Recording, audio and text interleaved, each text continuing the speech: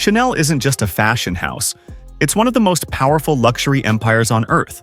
What if I told you there's a brand that makes more money in 1 year than entire countries? I'm talking about Chanel, a money-making giant that generates over $15 billion annually.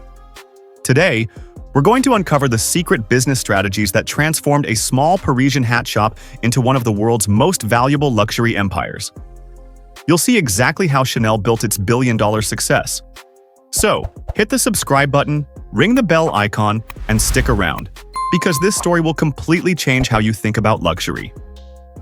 The humble beginning. It's hard to believe now, but Chanel wasn't always this billion-dollar empire.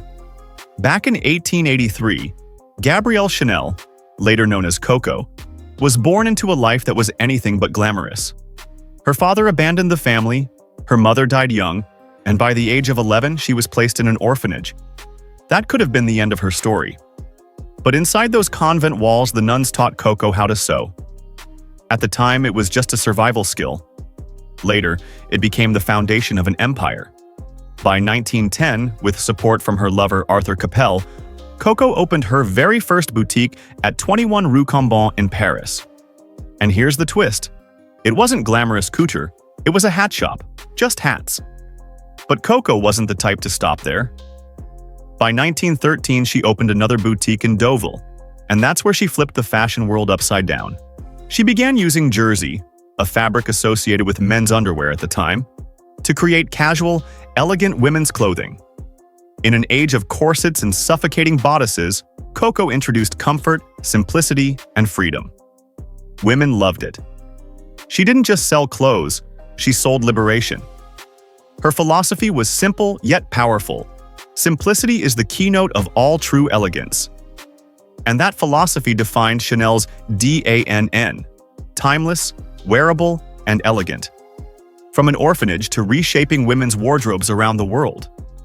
That's the kind of twist most generations never see coming. The billion-dollar fragrance. Now let's jump to 1921, the year that changed luxury forever. Coco wanted to create more than clothing. She wanted a scent, a perfume that would define femininity itself. Not a single flower like rose or jasmine, but something bold and unforgettable. She worked with French-Russian perfumer Ernest Beau. And here's where fate stepped in. Beau's assistant accidentally overdosed the formula with aldehydes, 10 times the intended amount. Most people would have tossed the experiment. Coco smelled it and declared, "This is it." That accident became Chanel No. 5, a mix of jasmine, rose, sandalwood, vanilla, and those luminous aldehydes. Unlike anything else at the time, it was sophisticated, modern, and revolutionary. But Coco wasn't just a designer, she was a marketing genius. At the launch, she went to a Riviera restaurant, sprayed the perfume into the air, and waited. Women passing by stopped, mesmerized, asking, "What is that scent?" Word of mouth exploded. No billboards, no slogans, just allure. Today, Chanel No. 5 is still a global icon. A bottle sells every 30 seconds. Think about that. A fragrance more than 100 years old still pulling in billions. A lab mistake that turned into the world's most famous perfume. That's Chanel, turning accidents into gold. The secret owners, behind the empire. Here's the part few people know. Coco Chanel didn't actually end up controlling her empire. The brand is now run by one of the most private billionaire families in the world, the Wertheimers. Let's rewind to 1924. Coco needed distribution and financing for her perfume. Pierre Wertheimer stepped in with a deal. He'd provide the backing, but in return, he took 70% of the business. Coco? Just 10%. Later, she bitterly called Pierre the bandit who screwed me. And yet, without him, Chanel No. 5 might never have become a global phenomenon. That partnership, love it or hate it, built the financial backbone of modern Chanel.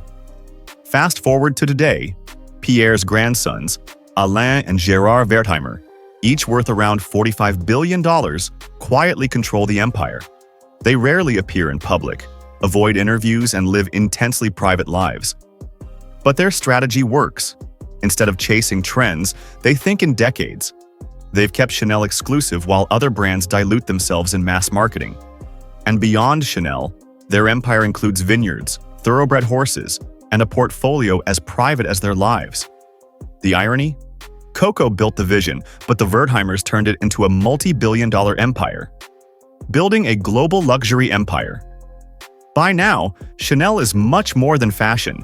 It's a diversified luxury powerhouse. Yes, clothes and accessories remain its core, but fragrances and beauty bring in about a third of revenue. Take the Chanel Classic Flat Bag. In 2019, it sold for €4,800. Today, it's over €10,000. Same bag. Double the price in just a few years.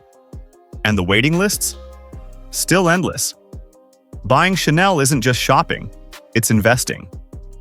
Chanel also doubled down on jewelry and watches, opening flagship boutiques in luxury hubs like Fifth Avenue. These high-margin categories align perfectly with Chanel's image of timeless elegance. And the empire keeps growing. As of 2025, Chanel operates 644 stores worldwide, including 284 fashion boutiques. 48 more are set to open this year, 15 in China, plus new locations in India and Mexico. Chanel knows exactly where wealth is moving, and they're already there. This isn't a brand clinging to its crown. It's expanding, carefully but powerfully, turning every corner of the globe into its runway. Future vision. You'd think a century-old brand might resist change. But Chanel? Always evolving. In December 2024, they appointed Matteo Blasi as artistic director, the same visionary who revived Bottega Veneta. Expectations are sky-high. Preserve Chanel's DNA, but add freshness for the next generation. Beyond fashion, Chanel is investing heavily in sustainability. They're aiming for net zero carbon emissions by 2040, already run on 98% renewable electricity, and launched Orphan de Chanel, a skincare line with up to 97% natural ingredients. Packaging designed for refills cuts emissions in half. Luxury, but greener. And in June 2025, Chanel launched Nivold, a division focused on textile circularity, recycling and repurposing fabrics. With fashion waste under scrutiny, this move is both sustainable and strategic. Looking ahead, Chanel's blueprint is clear. Keep exclusivity high, but broaden accessibility through beauty and digital channels. Even if you can't afford a €10,000 bag, you can still buy a Chanel lipstick and feel part of the story. With $1.8 billion earmarked for investments in 2025, Chanel isn't just maintaining its empire, it's expanding it for the future. So, from an orphan sewing needle to a billion-dollar empire, Chanel's journey is nothing short of remarkable. But here's the question. Do you think Chanel's success is rooted more in Coco's original vision or in the secretive billionaire family running it today? Let me know in the comments below. And if you enjoyed this story, don't forget to like, subscribe, and turn on the bell so you never miss what's next. And here's a teaser. If you thought Chanel's empire was fascinating, wait until you see the hidden strategies of other luxury giants. That's coming up right here on LuxVibe. Thanks for watching.